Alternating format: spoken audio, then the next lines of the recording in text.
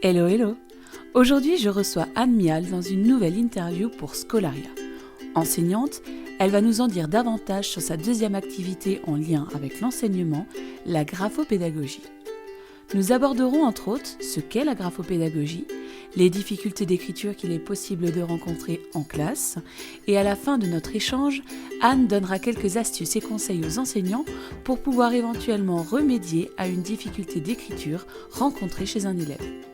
N'hésitez pas à vous abonner si les thématiques de l'éducation vous intéressent.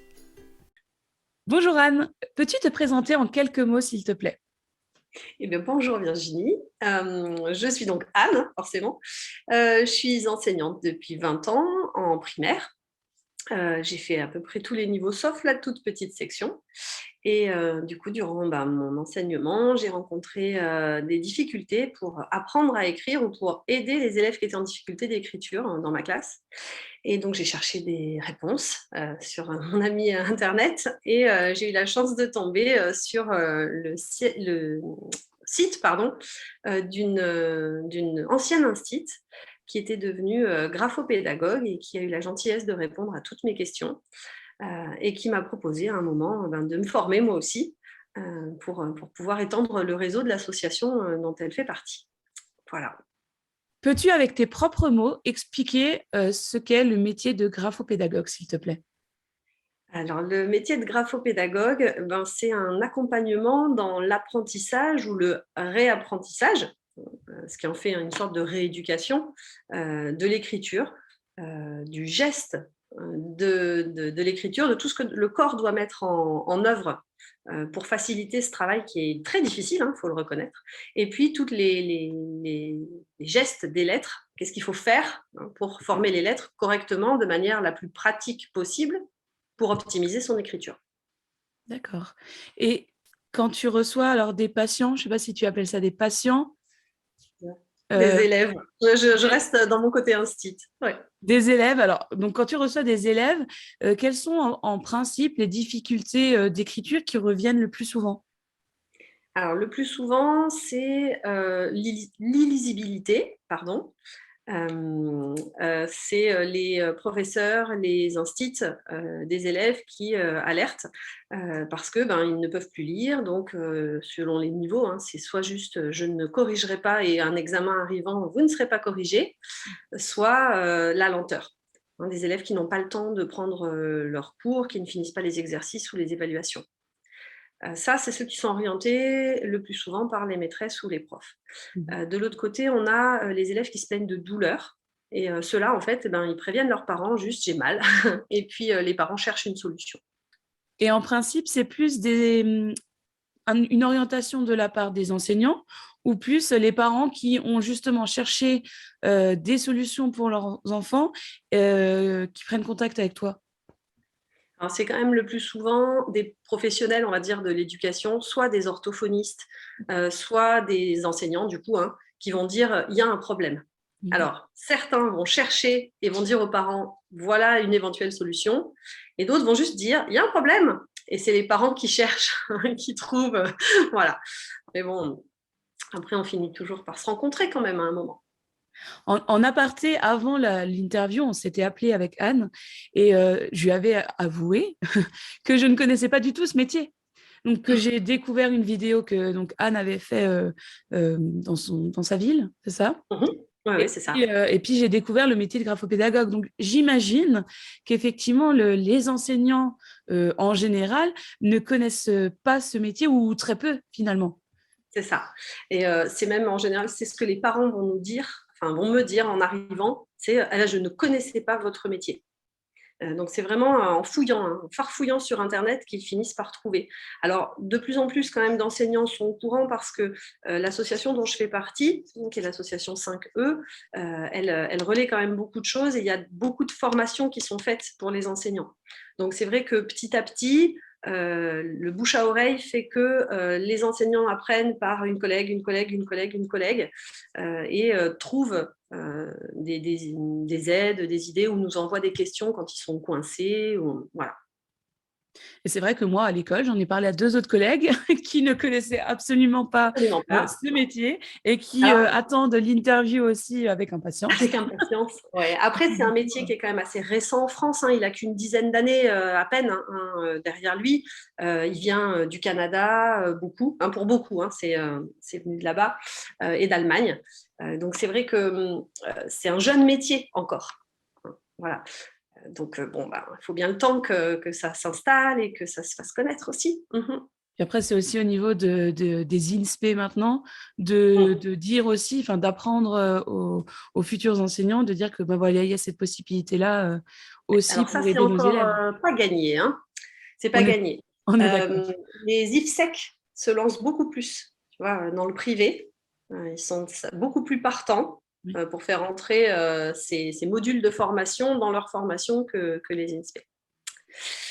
Et est-ce que tu vois des freins enfin, quand les parents viennent te voir ou te téléphonent la première fois, est-ce qu'il y a quand même des freins à venir chez toi finalement? Alors, quand ils ont fait le pas de venir, une fois qu'ils y sont bien. Ok. Mais avant, oui, il y a un frein. Bah, déjà, il y a le frein, financier, parce qu'il faut être clair. C'est quelque chose que j'ai voulu, moi, développer au sein de l'éducation nationale. D'ailleurs, ben, on en a fait pendant un an, hein, j'ai fait un test, hein, on a servi, j'ai fait un poste d'itinérance pendant une année à titre expérimental. On m'a dit à la fin de l'année, ah super, c'est génial, ça fonctionne bien, les enseignants sont contents, ils vous réclament, il n'y a pas le budget. Voilà, Malheureusement, comme oui. d'hab. Donc c'est quand même dommage parce que c'est vrai que moi j'aurais préféré, c'est pas pour rien que je suis enseignante dans le public, hein, j'aurais préféré pouvoir offrir ce service interne à l'éducation nationale et gratuitement. Mhm. Après, il y avait quand même un souci, c'est-à-dire que l'investissement des parents, puisque moi je voyais les enfants sur l'école, les parents n'étant pas présents sur la séance, c'était quand même beaucoup plus compliqué. Oui. Euh, voilà. Après, donc le frein de base, pardon, je reviens sur ta question, je me recentre, pardon. Le frein de base, c'est quand même le côté financier. Oui. C'est non remboursé par la sécurité sociale. Quelques mutuelles seulement prennent en charge en soins ce qu'ils appellent particuliers des séances. Si on n'a pas un dossier à la MDPH et qu'on n'a pas donc une enveloppe pour être aidé pour payer, c'est vrai qu'on n'a pas. Et il faut bien le reconnaître, la majeure partie des élèves qu'on reçoit n'ont pas de dossier MDPH, ils ne sont pas en situation de handicap. Mhm. Donc, ben, c'est les parents qui financent de leur poche. Alors, c'est à raison d'une séance par mois, donc on va se dire, bah, c'est pas tant que ça, mais sauf qu'il faut quand même les trouver. Il faut trouver le temps aussi, Mhm. parce que voilà, c'est une heure où on vient, et puis ensuite, c'est du travail quotidien à la maison, qui représente entre 5 et un quart d'heure 5 minutes et un quart d'heure de travail. Mais il Mhm. faut le trouver. Hein, c'est ce que je dis. Dans une organisation familiale, ben, c'est pas forcément évident. Et puis donc voilà, les freins, ils sont là. Après, l'autre frein qu'on peut trouver, c'est la volonté de l'élève.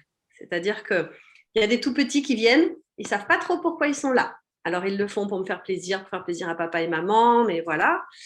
Il y a des ados qui viennent, alors quand c'est eux qui ont pris l'initiative, parce que j'en ai, hein, c'est eux qui ont demandé à leurs parents, c'est eux qui ont cherché sur Internet et qui m'ont trouvé.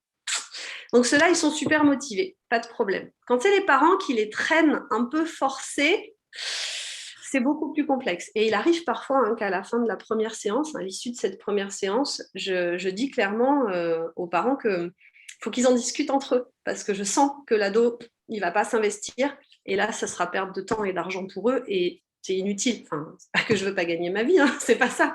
Mais je suis pas là pour les faire patienter pour rien, en fait. Oui. Et le frein, c'est ça, c'est l'investissement que va y mettre l'élève. Parce qu'avec toute la bonne volonté de ses parents, de l'encourager, de l'accompagner, et la mienne, ça ne suffit pas. Ouais, donc, c'est 3 investissements différents, le temps, l'argent et puis la motivation, La l'investissement de l'élève motivation. en lui-même. C'est ça. Du coup, avant, tu as parlé aussi d'une séance, euh, quand tu parlais du lien avec l'éducation nationale, les enfants, enfin, que tu voulais proposer aux enfants les séances à l'école et que les parents n'étaient pas là, etc. Peux-tu justement nous dire comment se déroule une séance en principe? Ouais. J'imagine qu'elles ne sont pas tout le temps organisées de la même manière, mais voilà, comment un peu ça se déroule? Comment ça se déroule? Eh bien, c'est des séances qui durent entre 3/4 d'heure et 1 heure. Bon, chez les tout petits de maternelle, un peu moins et puis on fait des pauses, hein, mais voilà. Où le parent est présent et reste en fait, avec nous. On travaille ensemble, selon le moment où on en est de la rééducation, hein, on travaille sur les points, qui sont à modifier. Donc moi, en fait, je joue le rôle de l'entraîneur. Je dis souvent, hein, voilà, c'est un sport d'équipe, hein, une rééducation d'écriture. Je joue le rôle de l'entraîneur, je vais montrer les exercices à faire, je vais corriger les points techniques, voilà, je vais montrer. Et puis, le parent, il observe parce que c'est lui qui sera là au quotidien pour encourager, l'enfant lorsqu'il va s'entraîner. Donc, l'élève, c'est le grand sportif, hein, donc chez les jeunes, le parent reste, et on a le supporter à côté qui va être là pour accompagner, encourager, faire la fête quand on réussit bien. Mais voilà, c'est important qu'il soit là parce que chez les jeunes, il y aura besoin de cet accompagnement. Le jeune élève, il est incapable de s'auto-corriger, de bien faire attention, voilà. Chez les plus grands, à partir du collège, j'ai des élèves qui viennent sans leurs parents parce qu'ils sont en mesure de travailler seuls et voilà. Sachant que sur la séance, en fin de séance, je donne une fiche récapitulative avec l'explication de tout ce qui doit se faire et que ils peuvent s'appuyer dessus. Après, je reste à leur disposition, soit en vidéo, soit par message, s'il y a besoin d'une explication sur un travail en particulier. Mais c'est vrai que voilà, la séance, c'est ça. C'est de l'entraînement. Je montre les entraînements à pratiquer ensuite à la maison. Et donc après, chaque jour, ils vont refaire les mêmes exercices que tu leur as proposés pendant la séance. Voilà, pendant la séance, ils vont refaire eux à la maison ce qu'on a vu ensemble. Alors pas forcément tous, hein, parce que je leur montre des fois 5, 6 exercices différents, et puis ensuite ils les font que 2 par 2, hein, parce que le but c'est que ça soit progressif. Mais c'est vrai qu'ils vont devoir répéter. Alors quotidiennement, hein, on se laisse des fois une petite marge, hein, bien sûr qu'on peut avoir la petite fête ou la fatigue ou pas envie du tout, et on n'est pas là non plus pour pas se faire plaisir. Le but, c'est de retrouver du plaisir dans cette écriture. Hein, on est face à des personnes qui sont en mal-être vis-à-vis de cette écriture, donc il faut y retrouver du plaisir. Donc c'est progressif, c'est petit à petit, c'est des jeux au départ, et puis c'est pas une trop grosse quantité. Mais c'est sûr que plus ils vont le faire un peu tous les jours, plus le cerveau va automatiser les nouveaux apprentissages ou les réapprentissages qu'on est en train d'essayer de lui inculquer. Voilà. Il faut qu'il répète. Comme pour tout. Mm. Et pour toi qui es enseignante, à quel moment à quel moment tu conseillerais à un enseignant de s'inquiéter et d'alerter les parents, de dire voilà, moi je vous conseillerais peut-être d'aller voir un graphopédagogue? À quel moment? Eh bien, en fait, il y a quelques signaux d'alerte, hein, effectivement. Hein, c'est forcément les dégradations d'écriture qui sortent de la norme. C'est-à-dire que si on a un élève qui est en face de nous, est en peine pour former ses lettres, donc ça va être soit des tailles qui ne sont pas stables. C'est-à-dire qu'un élève, à un moment, il va écrire un peu trop gros, un peu trop petit. Voilà. On sent qu'il y a un manque de maîtrise au niveau de la taille des lettres. Ça, c'est un signe d'alerte. Si on a un élève qui écrit très, très, très, très bien, c'est très, très beau, mais qui met 3 heures, il y a un souci. Et oui, non, mais on a aussi des fois des enseignants qui vont dire « Ouais, mais c'est pas grave, il écrit bien. » Oui, mais s'il n'arrive pas à accélérer, c'est qu'il y a un problème. Et il va falloir un moment qu'il accélère. Il ne pourra pas rester tout le temps le petit escargot qui écrit très beau. Mais voilà. Après, c'est sûr que c'est plus facile. L'alerte s'allume, enfin, la petite lumière s'allume plus vite dans la tête de l'enseignant quand il y a une écriture qui est moche, hein, oui. En gros, il faut le dire, hein, qui est, voilà, quand c'est pas soigné, quand la mise en page n'est pas soignée, quand les lignes ne sont pas suivies. Voilà, à partir de là, tout de suite, c'est plus simple pour alerter. Alors, il y a plein d'autres choses à vérifier avant de dire tout de suite graphopédagogue, hein, parce que ça peut être un problème de vue, ça peut être, voilà, hein, on est bien d'accord. Donc, en général, on fait un bilan un peu complet de plein de choses. Mais ce qui n'alerte pas assez, malheureusement, mais parce qu'il y a différentes écoles là-dessus, c'est la tenue du crayon. Parce que là encore, une tenue de crayon complètement abracadabrante, mais un élève qui écrit bien, et ben on entend encore souvent, c'est pas grave, il écrit bien. Oui, sauf que... oui, je me cache parce que je serais de ce style. Je sais que je tiens absolument très mal mon stylo personnellement. Et c'est vrai que je fais... quand un élève tient mal son stylo mais qu'il a une belle écriture, je me dis, il a une belle écriture. Alors, je dirais, ça dépend du niveau auquel il est. C'est-à-dire que si tu as en face de toi un élève qui est fin de collège, début lycée, qui arrive à suivre ses cours sans problème, qui n'a pas de douleur, bah, je dis OK, laisse-lui sa tenue un peu bizarre. Vraiment, il a réussi à faire tout et je ne comprends pas comment, mais c'est pas grave. S'il y arrive, il n'y a pas de problème. Le souci, c'est que souvent, un plus jeune qui tient mal son crayon, il a des douleurs et en fait, il ne le dit pas parce qu'il croit que c'est normal. Un peu comme un enfant qui ne voit pas au tableau, mais qui pense que tout le monde ne voit pas bien. Enfin, il voit un peu trouble, mais après tout, c'est peut-être normal. Et souvent, quand au cabinet, je vois des élèves arriver avec des tenues, mais moi, ça me fait mal rien que de les regarder. Et quand je leur dis, est-ce que tu as mal quelque part, ils me disent, oui, oui. Et en fait, ils n'ont pas pensé à le dire. Les parents disent, mais tu ne l'as pas dit. Parce qu'ils pensent que c'est normal. Voilà, écrire, on te dit, applique-toi, fais des efforts. Ok, je fais un effort. Après tout, quand ils font du sport et qu'ils courent, on leur demande de courir, ils sont essoufflés, on leur dit de courir quand même. Donc, ça fait un peu mal. Et puis, voilà.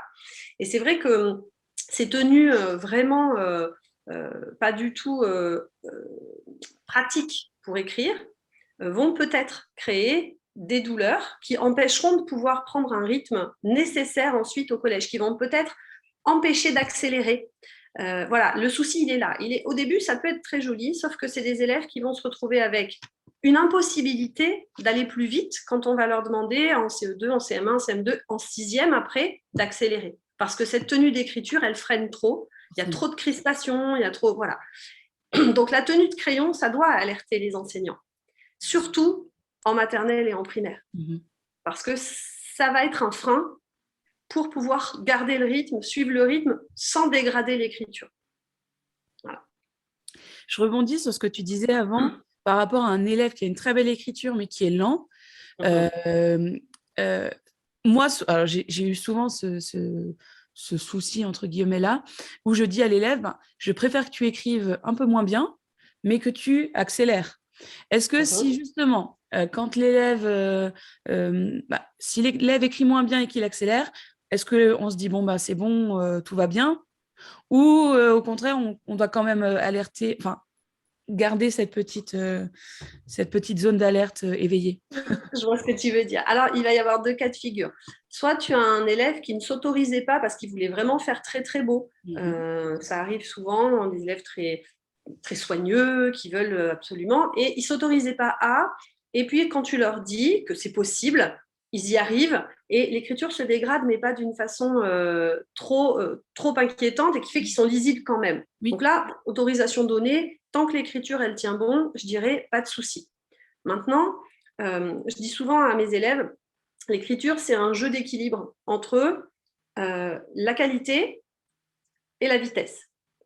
On a, par exemple, les moines qui font de l'enluminure. Okay, ils ont tout leur temps, c'est très, très beau. Et puis, de l'autre côté, on a les médecins. Ils n'ont pas beaucoup de temps et du coup, c'est tout moche. Bon. Il faut trouver l'équilibre entre les deux. Et cet équilibre, il est à maintenir. Chaque année, on va te demander d'aller un peu plus vite. Et quand on va plus vite, on dégrade. C'est obligé. Maintenant, c'est à quel moment cette dégradation, elle vient empêcher la relecture de ton travail. Et c'est vrai que c'est normal quand on va plus vite que ça se dégrade, mais ça doit rester lisible. Et l'alerte, elle est sur le moment où l'élève, s'il va plus vite, ça dégrade trop et du coup, ça n'est plus lisible. Ça veut dire qu'il y a un blocage quelque part, soit dans la façon dont il forme ses lettres, dont il les enchaîne, soit dans simplement l'utilisation qu'il fait de son corps, parce que ça joue beaucoup, qui bloque le passage à j'arrive à aller plus vite parce que je grandis et je ne dégrade pas trop mon écriture. Tu vois ce que je veux dire? Oui, non, mais tout à fait. Tout à fait. Ça va. Mais c'est vrai que c'est hyper intéressant ce que tu dis parce que je pense que voilà, je vais pas être la seule à me reconnaître et à penser à des élèves en particulier et à me dire peut-être que après voilà, comme tu l'as dit avant, un des freins alors moi j'enseigne en REP, donc voilà, forcément l'aspect financier est encore plus présent, mais c'est vrai que l'aspect financier, forcément, on est d'accord. Va jouer. Et au niveau d'une classe, tu estimerais, toi, qu'il y a un pourcentage d'élèves qui auraient besoin de graphopédagogie ou c'est tellement aléatoire que... Enfin, est-ce qu'il existe finalement des statistiques nationales sur ça? Non. Il n'y en a pas parce que, non, mais c'est vrai, comme l'éducation nationale ne se préoccupe pas vraiment de l'apprentissage de l'écriture, il n'y a aucun test en fait. Si tu regardes les évaluations nationales, peu importe les niveaux, il n'y a jamais la qualité d'écriture, la vitesse d'écriture. Hein, on a la production écrite, voilà, mais pas ça.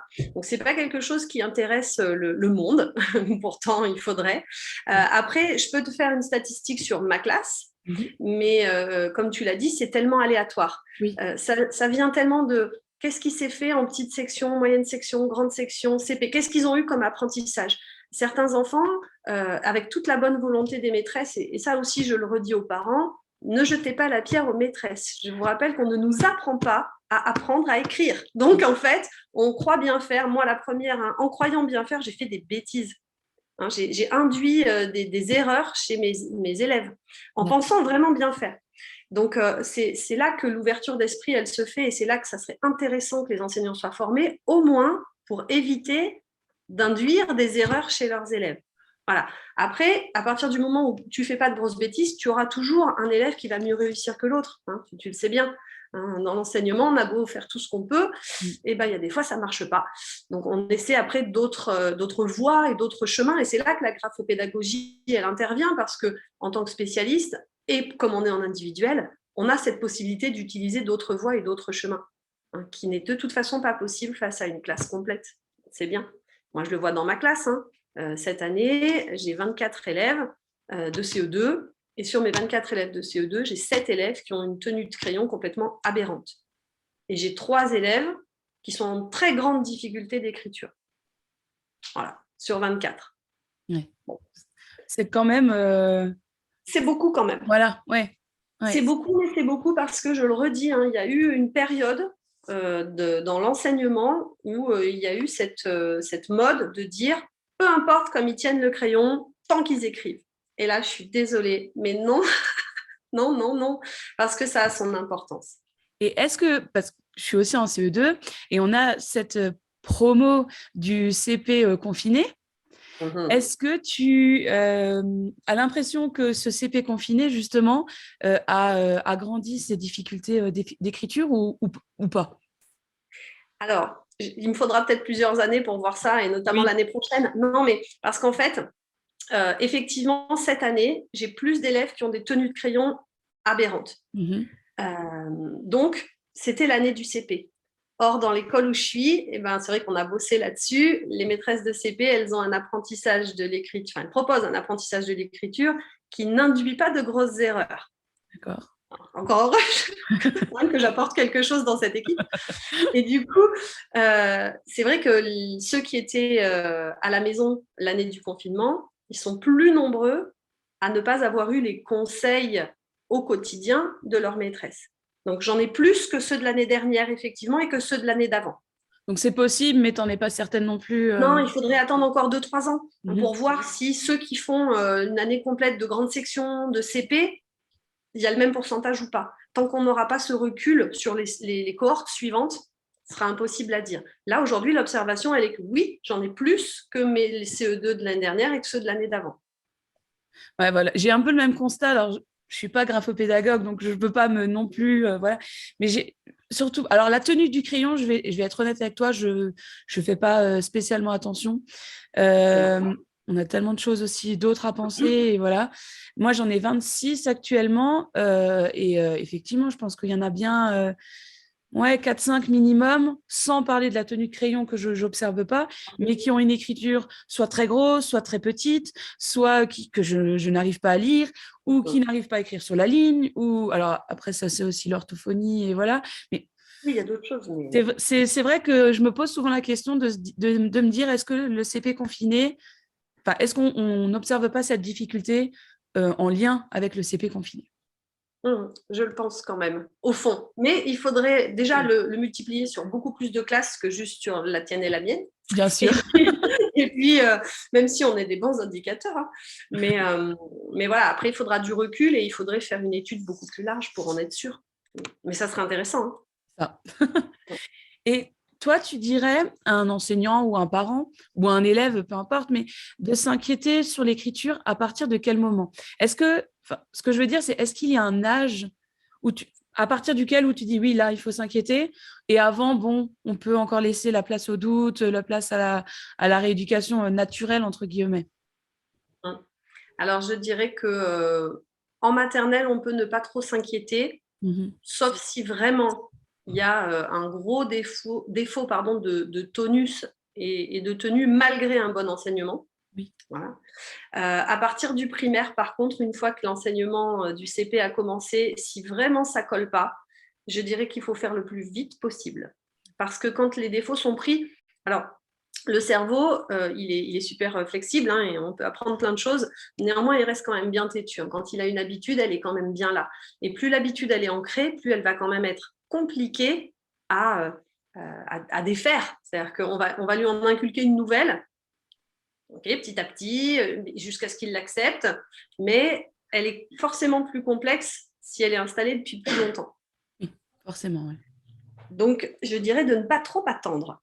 Donc, mais rien n'est terminé. C'est-à-dire que j'ai des adultes qui viennent aussi au cabinet et on arrive quand même à faire les choses. Et même, paradoxalement, vis-à-vis de ce que je viens de te dire d'ailleurs, ça va beaucoup plus vite avec les adultes. Ils sont peut-être plus consciencieux, non ? Ils sont beaucoup plus consciencieux et moi, les 10 minutes que je demande, 5-10 minutes que je demande à un élève de moins de 15 ans, et ben eux, certains, ils vont y passer 1 heure parce qu'en fait, ils ont super envie. Leur motivation n'est pas du tout la même, leurs objectifs. C'est-à-dire qu'un adulte qui vient au cabinet, il vient soit parce qu'il a un examen à passer, donc il a une deadline qui est super proche et du coup, il est à fond parce qu'il passe la grecque, parce qu'il passe un examen d'officier, ou voilà.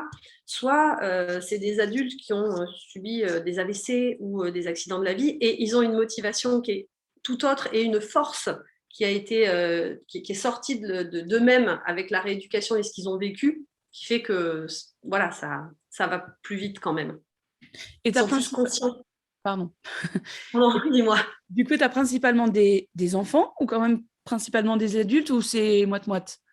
Non, c'est quand même principalement des enfants. D'accord. Quand même. Mais ce qui est logique parce qu'ils sont dans l'apprentissage de l'écriture et que dans leur métier d'élèves, d'étudiants, hein, parce qu'on a aussi des étudiants quand même beaucoup, ils ont besoin de l'écriture. Souvent, j'ai des parents, quand ils viennent avec leurs enfants, ils disent « Oh là là, moi aussi j'aurais besoin, mon mari aurait besoin. » Je dis « Oui, mais il fait quoi dans la vie, votre mari ? Est-ce qu'il écrit ? Non. Bon, bah alors voilà. L'utilité, elle n'est pas là. C'est vrai qu'on a plus d'élèves parce que c'est leur métier. Et dans leur métier d'élève, ils ont besoin d'écrire, donc c'est un besoin qui se fait ressentir forcément beaucoup. Parce qu'ils ont tous les jours à écrire, alors que quand on est adulte, après, selon le métier qu'on fait, on n'a plus besoin autant. Donc la proportion, forcément, elle est moindre. Et si tu avais des conseils à donner à des enseignants une fois qu'on a éliminé les problèmes visuels d'un élève qui a des problèmes d'écriture, qu'est-ce que tu pourrais leur dire ? Quels conseils leur donner ? Pour leurs élèves en classe, tu veux dire ? Oui, et puis savoir, voilà, est-ce qu'on peut faire, nous, quelque chose avant d'aiguiller les parents vers un graphopédagogue ?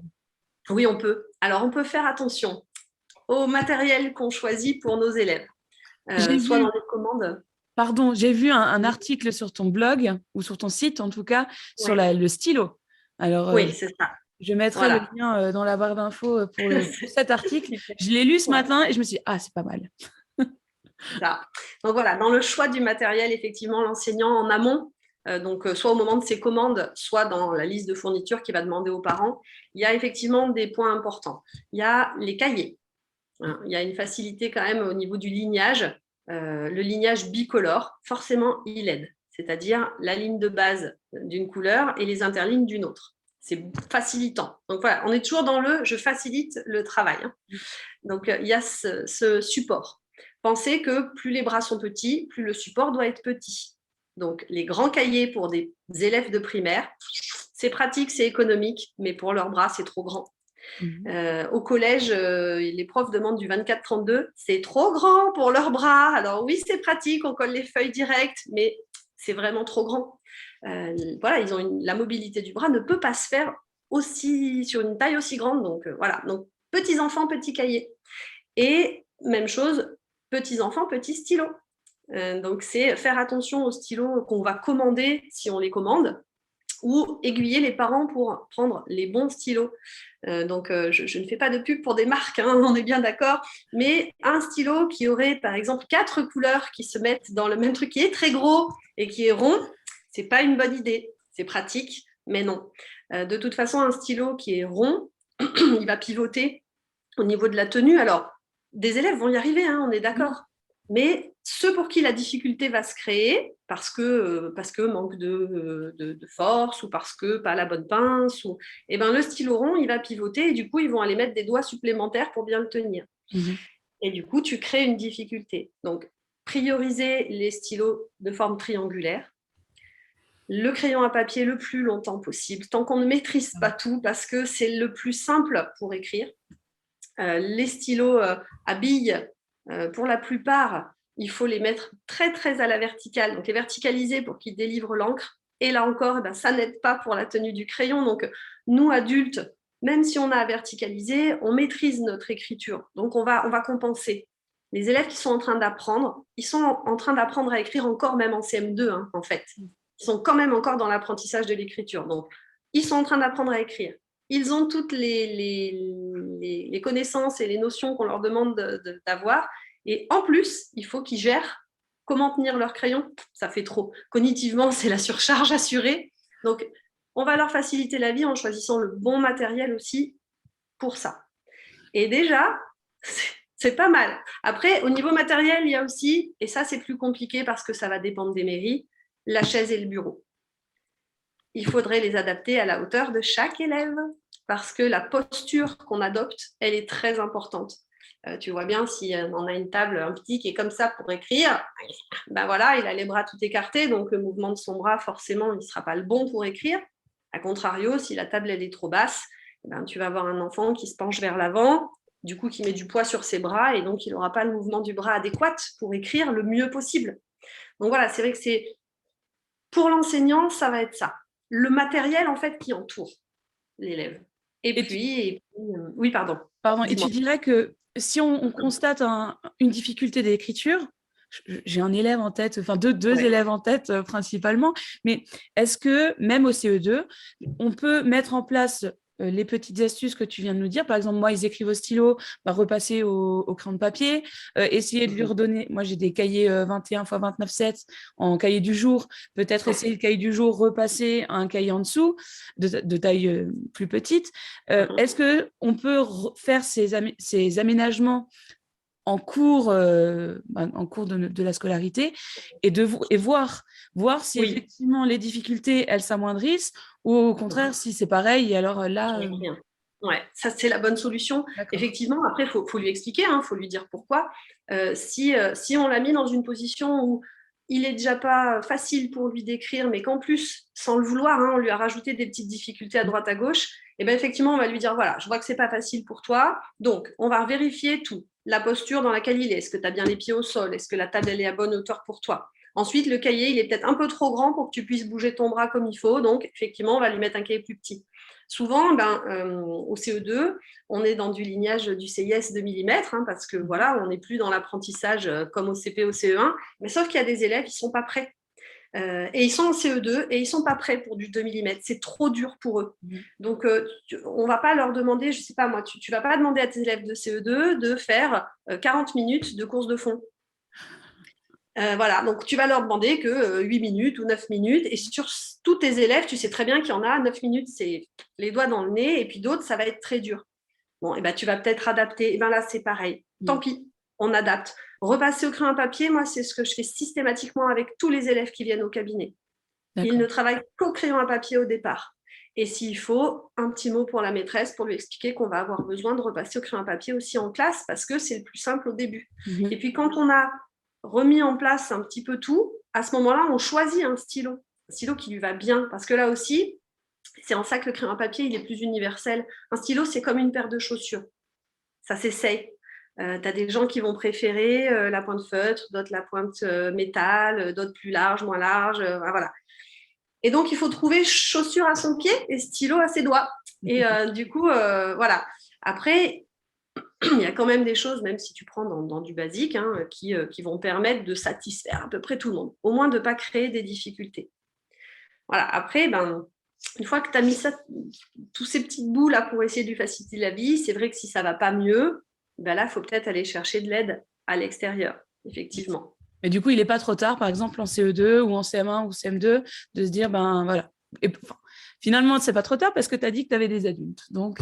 Oui, c'est jamais trop tard. D'accord. Jamais, jamais, jamais. Non, mais pas qu'un enseignant se dise, bah mince, bah ouais, il est déjà en CM2, c'est peine perdue, entre guillemets. Voilà, il est jamais trop tard pour rééduquer. Jamais trop tard. Par contre, que les enseignants gardent bien en tête, avec une classe entière, c'est très, très compliqué. Oui. Parce que voilà, moi, au cabinet, on est en tête à tête. On a 3/4 d'heure juste nous. Hein. Oui. C'est quand même beaucoup plus facile. Je le vois, hein, parce que c'est mon métier et en classe, c'est quasiment impossible à mettre en place. Oui. Et pourtant, je fais des ateliers avec 4 et même à 4. C'est très dur. C'est ce que j'allais dire. Est-ce que finalement, tes élèves qui sont en difficulté, tu leur fais profiter de ton savoir et de tes compétences? Ben oui, j'essaie. Alors déjà, ce que je fais, et ça me prend beaucoup de temps, donc voilà, c'est que je mesure les tables et les chaises avec eux en début d'année et je mets toute chaise et toute table à bonne hauteur pour mon élève. Et donc forcément, ils grandissent dans l'année, ces vilains élèves. Et du coup, il faut suivre, il faut adapter dans l'année au fur et à mesure. Déjà, mon savoir, je le mets en place de façon à ce que je leur facilite le plus possible la vie. Après, je verbalise énormément de choses avec eux. Et je reprends en collectif comment on doit se tenir, comment on doit déplacer son bras, comment on doit tenir son cahier, voilà. Et puis, je reprends le tracé des lettres. D'accord. Et j'ai des CE2 pourtant. Et j'avais des CE2 CM1 l'an dernier. Et je les refais. Parce qu'en fait, des fois, on n'a pas assez verbalisé avec eux la façon de le faire. Et en gros, c'est un peu Joe la débrouille, quoi. C'est qu'ils se débrouillent pour essayer de faire le truc. Mais on ne leur a pas donné les clés, en fait, pour y arriver. Donc ça, je refais. Et après, par contre, je fais des ateliers sur lesquels vraiment les grosses difficultés. Là, on essaie de travailler un peu comme au cabinet. Mais bon, c'est pas la même chose quand même. Hein. Non, oui, parce que tu n'es pas en duel. Et... Bah non. Et puis, j'ai pas les parents à côté, donc c'est pas du tout la même chose. Après, j'ai cette année 2 élèves, je te disais, j'en ai vraiment plusieurs qui sont en grande difficulté. Donc, on est sur du CE2 et j'ai des élèves qui sont dans du 3 mm. D'accord. Oui. Parce que de toute façon, ça ne rentre pas dans le 2, donc ce n'est pas la peine d'essayer. Et à part les mettre en échec, ça ne fait rien. Donc, c'est même du 3 mm et du lignage qui est adapté. C'est un lignage particulier avec des couleurs particulières pour les aider. Hein. Donc, voilà. Ce n'est pas de la mauvaise volonté. Voilà. Alors, souvent, des fois, j'ai des parents qui me disent « Oui, mais quand je lui dis applique-toi, c'est mieux. » Oui, c'est mieux, sauf qu'il a dépensé 400% de son énergie mentale, cognitive, et qu'en classe, c'est juste pas faisable. Parce qu'il est fatigué derrière et qu'il n'est plus en mesure de faire sa journée de classe s'il a dépensé toute cette énergie. Il y a aussi certains, et tu le dis très bien, tu peux toujours leur dire de s'appliquer. Ils s'appliquent, hein. C'est pas qu'ils ne s'appliquent pas. C'est juste que ce n'est pas possible. Il y a autre chose qui les en empêche. Je dis souvent aux parents, je n'ai jamais vu un élève faire exprès de rater. Ça, je ne le connais pas, en fait. Voilà, donc ils font de leur mieux. Et leur mieux ne convient pas forcément. Alors, notre travail de graphopédagogue, c'est de trouver les choses qui les empêchent, justement, de pouvoir faire de leur mieux, d'un mieux qui nous convienne, disons, qui convienne à la norme. Voilà. Souvent, je fais le comparatif, mais tu as dû le voir dans ma vidéo. Je dis aux parents, c'est comme si vous aviez votre enfant avec un caillou dans sa chaussure et que vous lui demandiez de courir. Certains, ils vont être un peu plus retors, ils ne vont pas vouloir courir, mais la plupart, ils vont être mignons, ils vont le faire.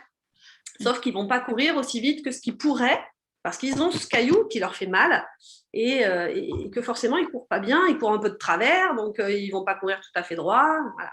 Et mon travail de grapho, c'est d'enlever ce caillou, de réapprendre au corps, du coup, à reposer son pied correctement, parce que jusque-là, il a appris que là, ça faisait mal et qu'on ne pouvait pas poser le pied comme il faut. Et ensuite, il va pouvoir courir du mieux qu'il peut. Ça ne fera pas forcément tout le monde des Usain Bolt. Hein. Mais ils font de leur mieux. Voilà. Non, mais tu vois ce que je veux dire. Oui, non, mais tout à fait. Est-ce que tu sais combien vous êtes en France à faire ce métier ? Eh bien, on est une 60aine maintenant. Donc, l'association forme une douzaine de graphos tous les ans. D'accord. Donc, petit à petit, hein, ça grossit. Et on s'installe, donc le réseau s'étoffe sur l'Hexagone. Donc voilà. Et si des enseignants seraient intéressés, Alors, je t'ai Mhm. déjà un peu Oui, dit que moi, tu m'as ça dit. m'intéressait. Et Ouais. est-ce que tu peux nous en dire un peu plus sur la formation, éventuellement le coût que ça a, la durée, l'organisation, etc. Est-ce que tu Mhm. peux...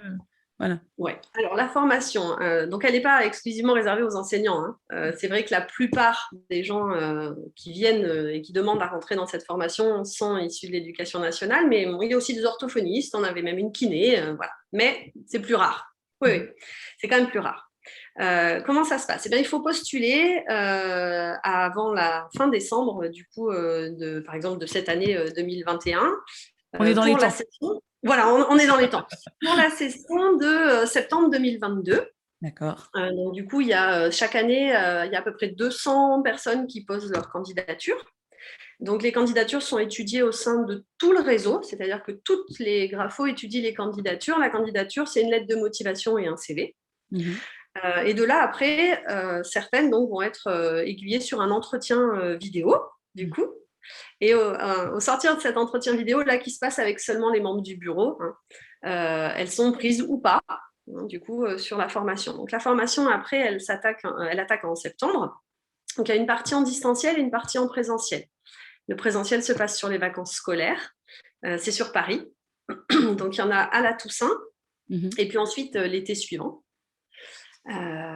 Entre les deux, il y a du travail à la maison, il y a bah oui, il y a forcément des lectures, des études de dossier, il y a des devoirs à rendre régulièrement, et puis il y a des stages à faire. Donc il faut se rendre chez différentes graphopédagogues déjà installés Mhm. qui te reçoivent une journée, 2 journées, après ça dépend de ta localisation et du temps que tu as. Et tu rends des rapports du coup sur ces stages qui sont notés aussi. D'accord. Puis donc une première session au mois d'octobre de formation en présentiel, où là, eh ben, tu as de la pratique, des intervenantes qui viennent sur les différents points en fait, de la formation. Mhm. Et puis en juillet, juillet, tu as une autre semaine de présentiel et qui se termine, enfin qui est sanctionnée du coup par un petit examen. Donc cet examen, c'est une étude de cas pratique, puis un oral qui en découle derrière. Euh, et puis, ben, si tout va bien, ben, tu es certifié graphopédagogue. Et du coup, après, on t'accompagne dans ton installation, dans le développement de ton site, voilà, de tout, pour se mettre en route. D'accord. Après, c'est une formation qui coûte à peu près 2 500 €. Donc, pour les enseignantes, eh ben, ça peut être une partie du compte formation qui passe là-dedans. Mhm. Tu le sais comme moi, on n'a pas énormément de financement. Voilà. Donc, bon, pour moi, c'était quand même une grosse partie de ma poche, mais bon, ça m'allait. Après, eh bien, qu'est-ce que tu m'as demandé d'autre? La durée, mais du coup, tu y as répondu, c'est environ un Voilà, an. c'est sur une année. En gros, c'est sur une année scolaire, hein, de Mhm. septembre jusqu'à juillet. Mhm. Après, chaque année, on a un colloque de l'association, donc tous les membres ils sont conviés. Après, bon, si tu peux pas venir, tu veux pas venir, mais sur ce colloque donc, qui dure 3 jours, on fait venir donc, des nouveaux intervenants pour continuer d'apprendre en fait, des nouvelles choses. On échange beaucoup sur nos pratiques. Voilà. Après, quoi te dire d'autre? Je ne sais pas, on a un forum privé. Donc, du coup, on échange autant qu'on veut et on se pose toutes les questions qu'on veut, tout ce qu'on rencontre, nos bonheurs et puis nos coups de gueule aussi des fois sur certains de nos élèves, il faut bien le dire. Et puis tous les petits trucs, voilà, quand on a un souci, on partage le matériel qu'on fabrique parce qu'effectivement, il n'y a pas un manuel fait encore. Quoique, une de nos collègues publie beaucoup aux éditions MDI, hein, donc elle partage quand même beaucoup de matériel, mais n'empêche qu'il y a quand même beaucoup, beaucoup de choses qui sont en interne Mhm. et qu'on s'échange au fur et à mesure de nos découvertes et des choses qu'on invente, parce que des fois, voilà, on bute sur un problème avec un élève et on lance ça sur le forum, et puis une grapho qui a l'idée ou qui avait déjà eu le cas, et puis qui du coup nous permet d'avancer, et ça c'est quand même super. Ensemble, on va plus loin. Oui, tout à fait. Et au niveau du cumul d'activités, donc parce que toi, donc, tu es à mi-temps professeur et à mi-temps au cabinet, comment ça s'est passé? Mhm. Comment ça se passe au niveau de l'éducation nationale? Eh bien, il faut faire une demande de temps partiel. Et Mhm. ça, c'est pas forcément gagné. C'est justement pas l'éducation nationale à ce moment-là. hein, c'est l'éducation académique, puisqu'il y a des académies qui les délivrent beaucoup plus simplement que d'autres. Moi, j'ai la chance d'être dans une académie qui nous donne encore sur convenance personnelle nos temps partiels sans nous poser de problème. Donc ça, je croise les doigts pour que ça dure. Et puis, une demande de cumul d'activités qui est à faire auprès de son IEN et de la DSDEN. Donc là aussi, ce n'est pas du tout national, hein. Il y a des académies qui les délivrent beaucoup plus facilement que d'autres. Et là aussi, j'ai de la chance. Ils ne nous posent pas trop de problèmes là-dessus. Donc voilà, après, c'est l'organisation avec les collègues pour savoir quel jour tu prends et quel jour. Voilà, moi, ils sont gentils, mes collègues. Du coup, ils savent que ce n'est pas juste je me repose les autres jours. Je travaille et j'ai une patientèle d'élèves qui est habituée à mes horaires. Donc, ils me laissent en priorité les mêmes jours chaque année. Donc ça, c'est super sympa. Mais ce n'est pas partout, c'est clair. Oui, ça, bien sûr. Voilà. Est-ce que tu as d'autres choses à dire voilà, il y a peut-être des choses auxquelles je n'ai pas pensé à dire aux enseignants, aux parents qui nous écouteraient? Comme ça, je ne vois pas. On a tout dit. En tout cas, en barre d'informations, je mettrai ton Instagram, ton site. Oui. Et puis voilà, n'hésitez pas, je pense, à poser des questions si vous en avez en commentaire. Voilà, s'il y a une question vraiment spécifique, j'enverrai un petit mail à Anne. Aide-moi. Oui, mais après, ils n'hésitent pas à me joindre et je répondrai à toutes leurs questions sans problème. Après, voilà, ils peuvent aller aussi sur le site de l'association 5E sans souci aussi. Hein, voilà, si tu peux le rajouter, la reine de l'informatique. Ça sera pas mal parce que là aussi, il y a beaucoup de réponses. Puis il y a les liens, surtout, il y a les cartes. Alors, sur chaque site de Grapho, tu as la carte du réseau. C'est-à-dire que s'ils veulent trouver la graphopédagogue qui est près de chez eux, soit pour se renseigner directement auprès d'elle, soit pour lui poser des questions plus directement ou suivre des formations qu'elle peut faire, puisqu'on en fait aussi. Donc, du coup, ils trouveront facilement, j'espère, près de chez eux, chaussures à leurs pieds. Pour trouver stylo au doigt. Le stylo, le cahier qui va bien, voilà. Non, ça peut le faire. Mais en tout cas, je te remercie parce que je trouve que c'est hyper intéressant et j'espère en tout cas que cette petite interview aura permis à plein d'enseignants d'en apprendre plus sur la graphopédagogie et puis avec les petits conseils que tu nous as donnés, voilà, d'essayer d'aider au mieux les élèves avant que ça soit trop important en tout cas. Donc, je te remercie. Oui. C'est moi qui te remercie, Virginie. Écoute, ça faisait plaisir de mettre un visage sur ton nom et sur ton blog, en fait. Je suis ravie. Merci beaucoup et puis à bientôt alors.